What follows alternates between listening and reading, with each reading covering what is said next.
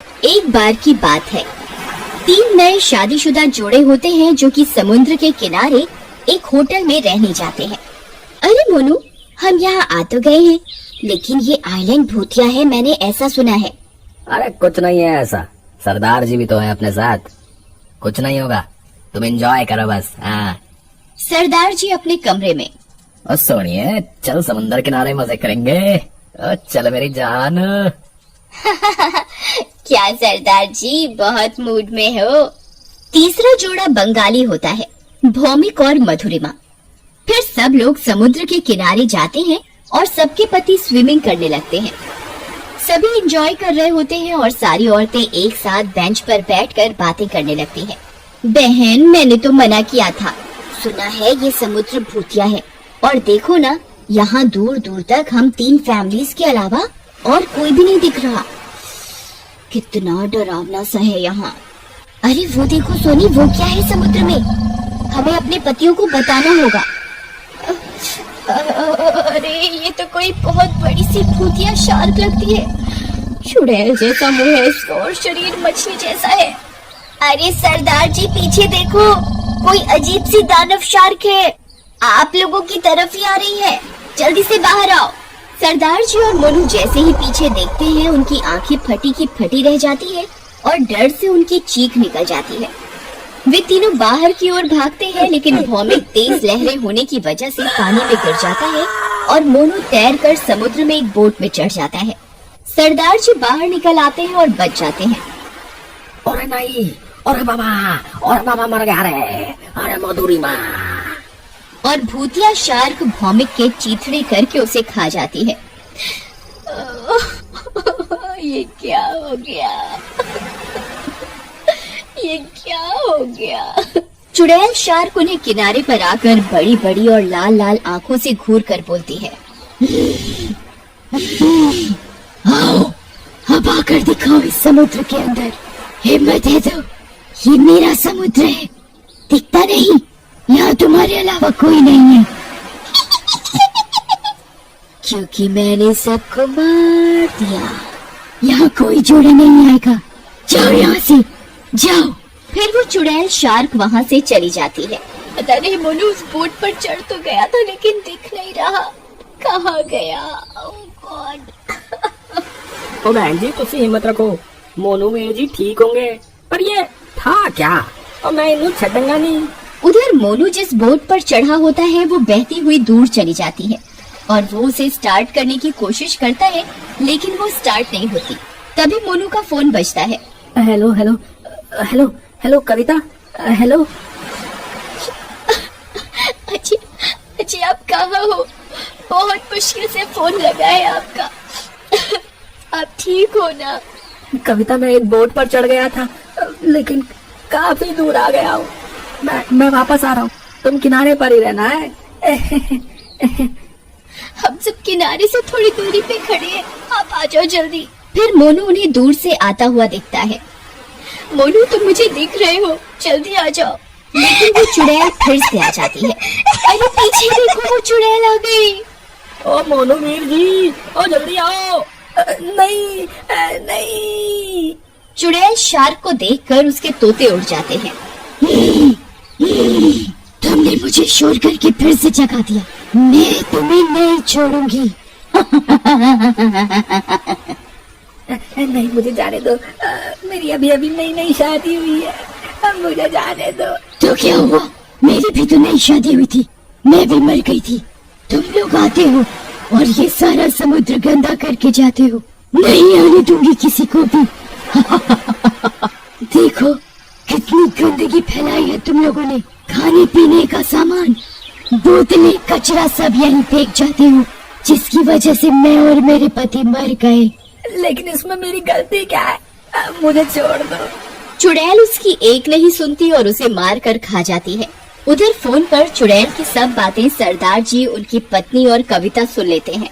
तो ये बात है, लोग यहाँ आकर गंदगी फैलाते हैं, चुड़ैल की मौत इसी कचरे से हुई, लेकिन कैसे? नहीं, मेरे पति को भी मार दिया। अब इन बातों का क्या मतलब वीर जी? मैं जा रही हूँ अपने पति को बचाने। मोनू, मैं आ रही हूँ। कविता, तुम चुप हो जाओ, धीरज रखो। अब क्या कर सकते हैं? होने को कोई नहीं टाल सकता। हम हैं तुम्हारे साथ। वो नहीं सुनती और पानी में कूद जाती है। अरे ये क्या किया बहन जी तुसी? चलो जल्दी सोनी होटल चलो, तो हमें मदद लानी होगी। तभी वे लोग किनारे पर बने होटल में जाते हैं। जहाँ वे लोग रुके होते हैं, उस होटल के मैनेजर से पूछते हैं। अरे मैनेजर साहब, ये जगह भूतिया हैगी और वो साढ़े दोस्तों मार रही है। आप जल्दी चलो। चुड़ैल कित्थों आई? नहीं नहीं, मैं नहीं जाऊंगा पानी में। हाँ, यहाँ बहुत पहले एक पति पत्नी आए थे हनीमून मनाने। उनका नाम रीमा और महेश था।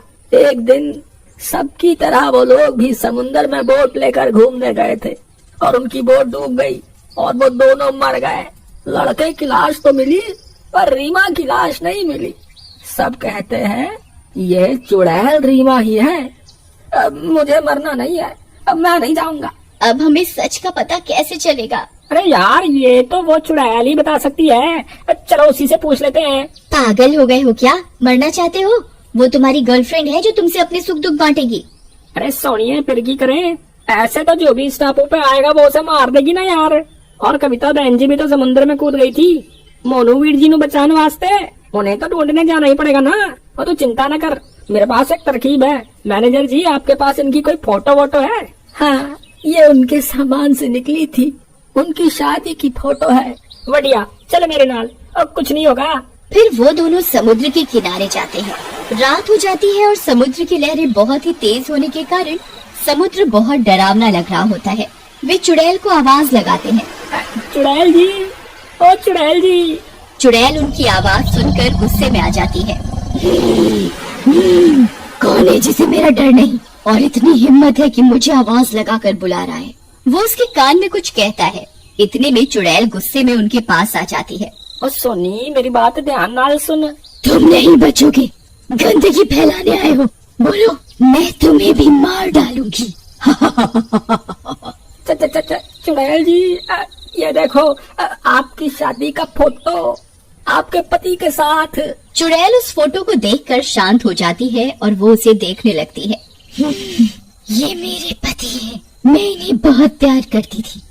आप दोनों बहुत अच्छे लग रहे हो साथ में। रीमा जी, आप शांत हो जाइए। हम आपको कोई नुकसान नहीं पहुंचाने आए। हम तो आपकी मदद करना चाहते हैं, लेकिन आप यहाँ आने वाले को क्यों मार रही हो? तुमने क्या कहा? रीमा, तुमने मेरे नाम से मुझे बुलाया, ये फोटो लाए हो। तुम अच्छे इंसान लगते हो।